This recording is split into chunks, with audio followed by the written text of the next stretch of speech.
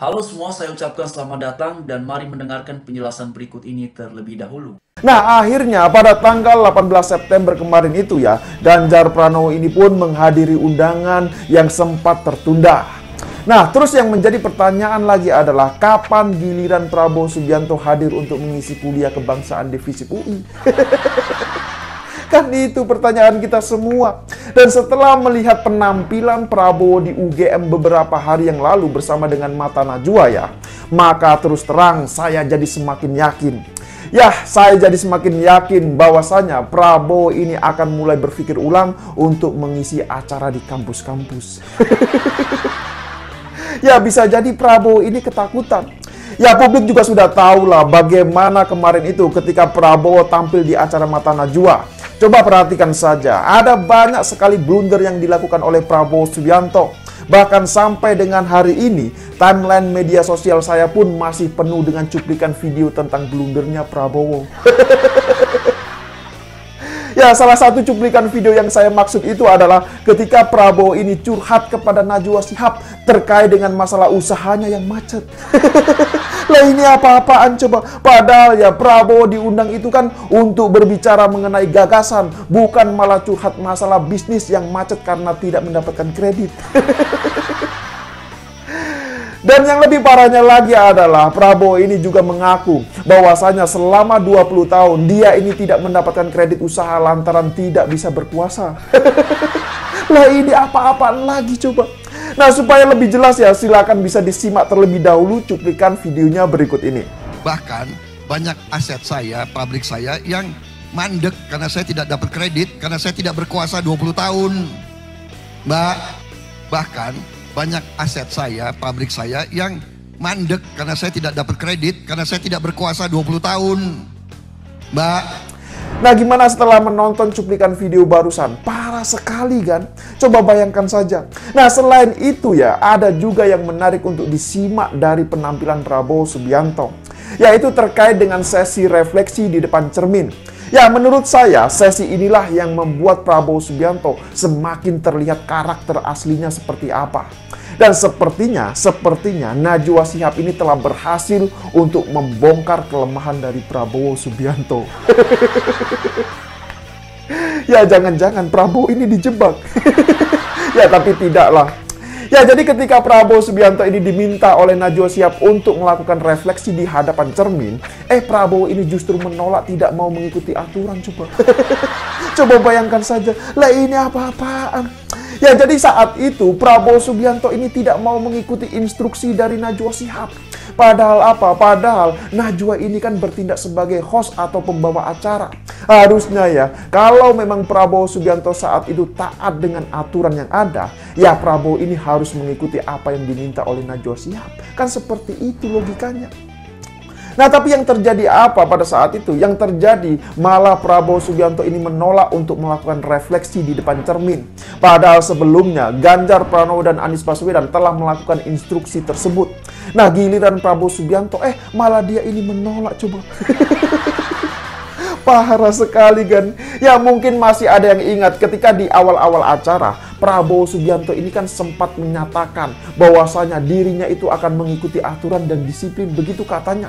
Tapi faktanya apa? Faktanya Prabowo ini mengingkari ucapannya sendiri. Lah ini kan parah sekali kalau menurut saya. Ya, tapi biar lebih jelas ya, silakan bisa disimak terlebih dahulu. Teman-teman, Bapak Ibu semua, demikian cuplikan videonya sebagaimana sudah kita dengarkan secara bersama satu penjelasan dari Mas Yusuf Muhammad. Dan karena itu mari kita melihat terkait dengan opini masyarakat terkait dengan para capres ini. Ada Ganjar Pranowo, ada Prabowo Subianto, dan juga ada Anies Baswedan. Bahkan beberapa waktu belakangan dalam salah satu pemberitaan dikabarkan sebelum sampaikan gagasan di UGM, Ganjar Pranowo dan Anies Baswedan bicara di Universitas Indonesia. Nah, teman-teman, Bapak Ibu sekalian, memang beberapa waktu belakangan satu acara yang dipandu oleh Najwa Shihab itu telah berhasil menarik perhatian masyarakat, telah berhasil menarik perhatian publik karena narasumber utama pada acara tersebut adalah para capres ini. Itu ada Ganjar Pranowo, ada Prabowo Subianto, dan juga ada Anies Baswedan. Bahkan bukan hanya itu, pada acara tersebut ya selain daripada para capres ini dipersilakan untuk menyampaikan gagasan, menyampaikan opini kelak bangsa ini mau dibawa kemana kalau mereka yang bakalan memimpin. dan juga mereka ini dipersilakan berkaca ataupun bercermin sambil melakukan refleksi diri, dan itu dilakukan di hadapan banyak orang yang hadir pada saat itu. Nah, tentunya memang satu metode yang luar biasa yang diterapkan oleh Najwa Shihab pada acara yang dipandunya, karena itu sesuatu yang belum pernah ya secara pribadi saya melihat ada metode ataupun ada cara tersebut ya yang dipakai, dan dipersilakanlah para capres ini untuk berdiri di depan cermin lalu kemudian mereka berkaca dan menyampaikan refleksi diri sambil memandang pada cermin yang ada di depan mereka. Nah, itu yang kemudian juga menarik perhatian masyarakat karena metodenya yang saya pikir ini belum pernah ya dipakai sebelum-sebelumnya. Mungkin ya ada juga yang pernah menggunakannya, tapi sepengetahuan saya belum pernah ya. Lalu kemudian dalam salah satu pemberitaan yang lain dikabarkan ini beda gagasan Anies, Ganjar, dan Prabowo yang dipandu Najwa Shihab ya. Silat Prabowo saat Najwa Shihab yang mempertanyakan mengenai kenapa Partai Gerindra katanya mencalonkan napi ya korupsi di pemilu 2024. Oh, ada seperti itu teman-teman ya. Saya pun juga baru tahu ya kalau ada kader ataupun ada orang yang dicalonkan oleh Partai Gerindra ya yang merupakan calonkan napi korupsi di pemilu 2024. Apakah ada seperti itu teman-teman ya? Karena ini dalam salah satu pemberitaan, tetapi poin pentingnya adalah ya apapun itu memang pada akhirnya kembali ya kepada keputusan partai apakah mereka mencalonkan ataupun tidak, yaitu kembali kepada mereka masing-masing. Tapi kalau saya secara pribadi lebih berorientasi sebenarnya menantikan terkait dengan gagasan-gagasan inovatif dari para capres ini, karena kalau kita lihat ya beberapa waktu belakangan, selain daripada ramainya pembahasan siapa yang bakalan menjadi cawapresnya Prabowo, siapa yang bakalan menjadi cawapresnya Ganjar Pranowo, karena kalau Anies Baswedan cawapresnya sudah jelas yaitu ada Cak Imin dari PKB.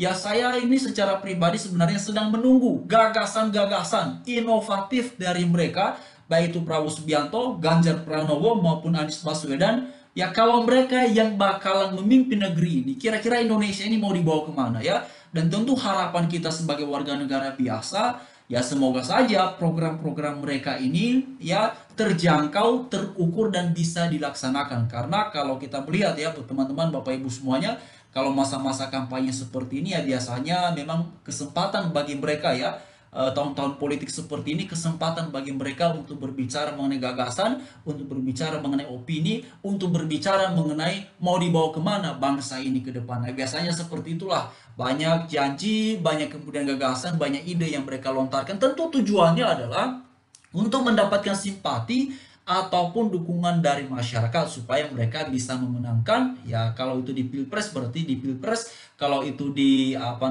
calon wakil rakyat ya berarti itu di bagian legislatif ya. Lalu kemudian tidak hanya itu teman-teman sekalian, disebut cawapres terkuat Prabowo, Erick Thohir buka suara. Disebut sudah jelas jadi cawapres Prabowo, Erick Thohir serahkan ke koalisi. Nah, ada yang menarik teman-teman, Bapak Ibu semuanya terkait dengan jawaban dari Pak Erick Thohir ini ya. Karena kalau saya perhatikan beberapa waktu belakangan ketika ada isu, ketika ada opini bahwa Erick Thohir ini salah satu kandidat ataupun salah satu sosok yang potensial untuk menjadi cawapres antara Prabowo Subianto dengan Ganjar Pranowo, biasanya Pak Erick Thohir ini selalu menyampaikannya pertama ya, tegak lurus dengan Bapak Presiden Jokowi dalam pengertian yang lebih fokus bekerja sebagai seorang Menteri BUMN yang sudah dipercayakan oleh Pak Jokowi di kabinetnya beliau, ya bekerja secara maksimal, bekerja secara baik dan luar biasa. Itu nuansa yang kerap kali disampaikan oleh Erick Thohir ketika berbicara ya mengenai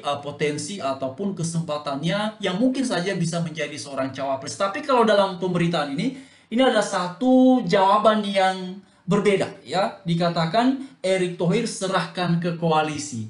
Nah, apakah ini menunjukkan bahwa Erick Thohir secara pribadi ya bersedia menjadi cawapres dari Prabowo ataukah bagaimana? Nah, itu dia teman-teman. Tetapi memang dinamika politik yang sedang berlangsung di bangsa kita di Indonesia ini ya, segala sesuatu bisa menjadi mungkin ya, tergantung kesepakatan apa yang mereka buat, tergantung ya komunikasi politik yang mereka bangun seperti apa dan bagaimana. Permintaan P3 ke Megawati jika Sandi tak jadi cawapres Ganjar. Nah, itu dia teman-teman ya. Memang beberapa waktu belakangan Sandiaga Uno ini sering ya disampaikan oleh P3 untuk kiranya ya menjadi cawapres dari Ganjar Pranowo, tetapi beberapa waktu belakangan justru nama Mahfud MD yang juga menguat ya, dan beberapa nama lain. Tapi itulah situasinya, nanti kita akan lihat saja seperti apa. Bahkan beberapa hari belakangan juga muncul ya kemungkinan katanya ya Ganjar dan Prabowo itu bisa duet bersama ya, bisa bersama di Pilpres 2024. Seperti apa nantinya, apakah itu juga bisa terrealisasi? Ya kita tunggu saja seperti apa dinamika dan perkembangannya. Oleh karena itu, mari terus kita amati dan lihat seperti apa nantinya, tapi terus mengharapkan yang terbaik bagi bangsa kita Indonesia. Terima kasih.